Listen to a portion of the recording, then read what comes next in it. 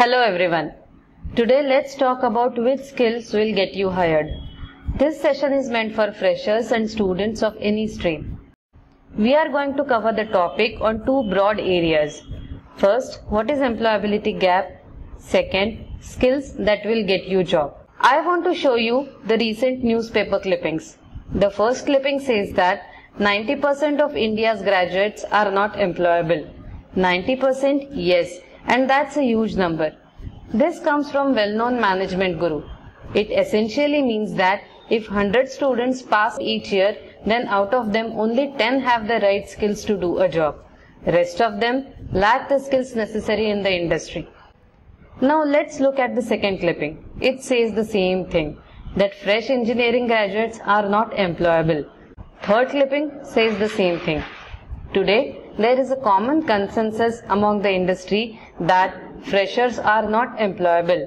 They don't have the right skills necessary for the job. This is the industry perspective. Now let's see what the students' communities have to say about this. If you ask any student, he or she will say, "Oh, even after 4 interviews, I still don't have a job. I have applied to numerous companies, but still I didn't get a single call for the interview." Thus, we see a situation here where on one side, freshers complain that they don't get jobs, while companies keep on saying that we have openings, but we don't find the right talent. It's like water everywhere, but not a drop to drink. This situation is termed as employability gap. Students face the harsh reality generally after the campus placements. This is because campus placement gives jobs only to 30 to 50% of the candidates. The candidates who don't get placed in campus recruitment drive have to hunt jobs in the open market. Even after giving 8 to 10 interviews on an average, the students don't get placed. Sometimes they have to accept offers as low as half of the salary which they are expecting. So where is the missing link?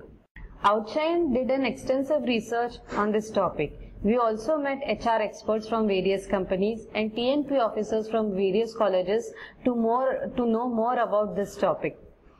HR experts from various companies told us that they are looking for 2 skill sets in the candidates. First is technical skills and second is behavioral skills. We also conducted a lot of focus group discussions to know more about these topics.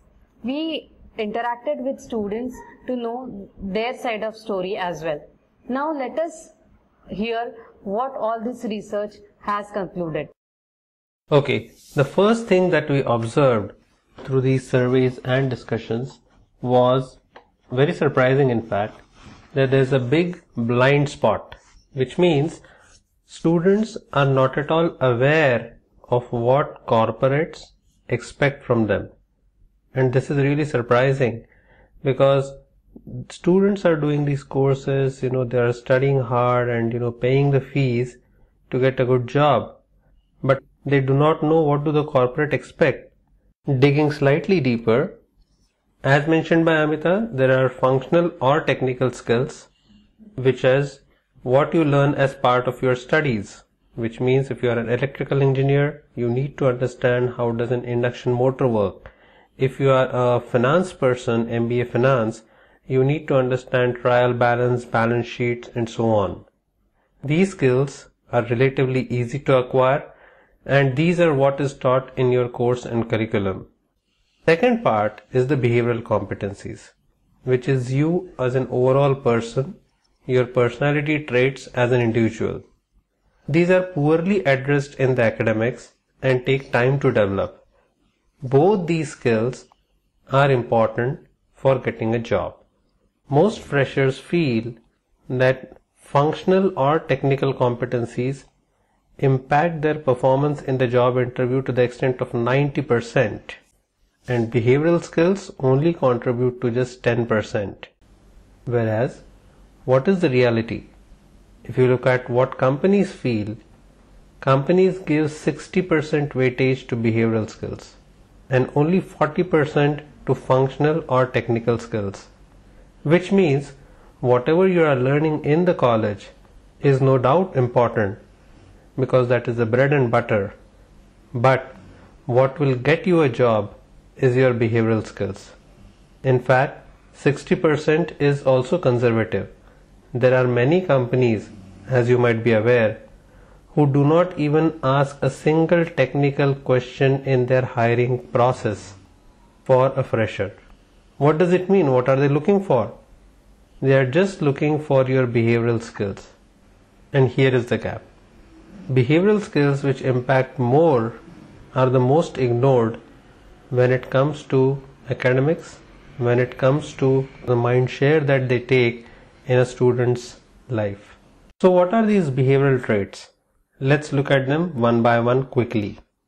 First one, and this may sound very ironic, it is English and communication skills. The core strength based on which India is growing fast as compared to rest of the world, which is considered as an advantage of India, is in fact turning out to be a disadvantage. Next, hardworking. And yes, hardworking is again coming back in fashion.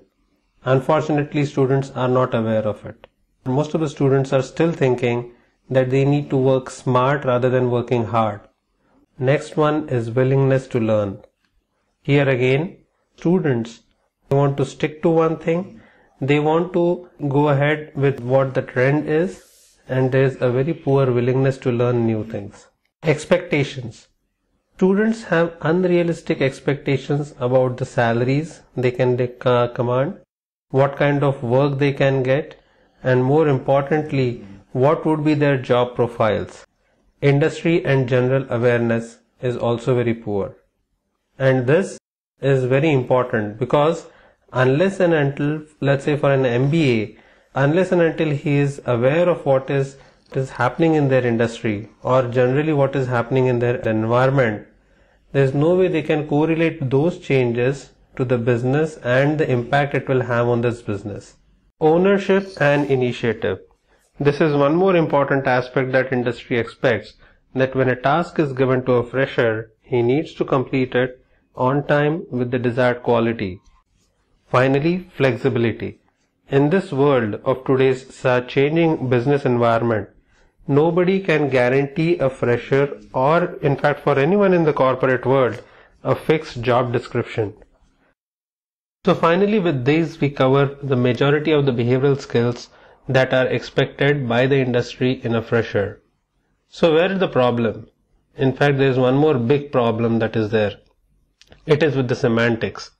Most of these expectations or most of these skills are considered as soft skills in the normal world. Soft? I mean, there is anything but soft about them.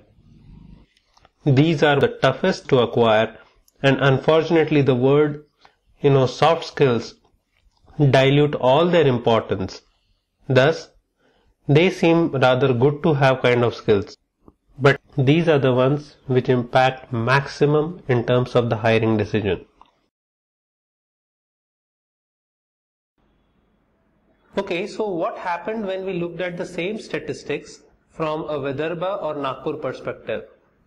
We were surprised and really amazed to find out that students from Nagpur or Vidarbha region have even less employability as compared to students in rest of the India, as compared to Indian averages. Why is that so? We soon realized through our focus group discussions that it is because most of the students in Nagpur or in Vidarbha area do not get exposure to the industrial or the corporate culture. Students in Bangalore, Pune or other cities, either their parents or their relatives or neighbors are already working in companies and know what is it to work in corporate culture. Whereas in Nagpur or in Vidarbha there is an absolute lack of this. This is one of the more important reasons why students in this region need to focus on these skills more seriously than others. To conclude, employability gap is something which is plaguing this Indian economy and the education sector in a big manner. Outshine as an initiative aims to bridge this gap, and through these webcasts and through these internet-based medium, we will try to bridge this gap as much as possible. Thank you.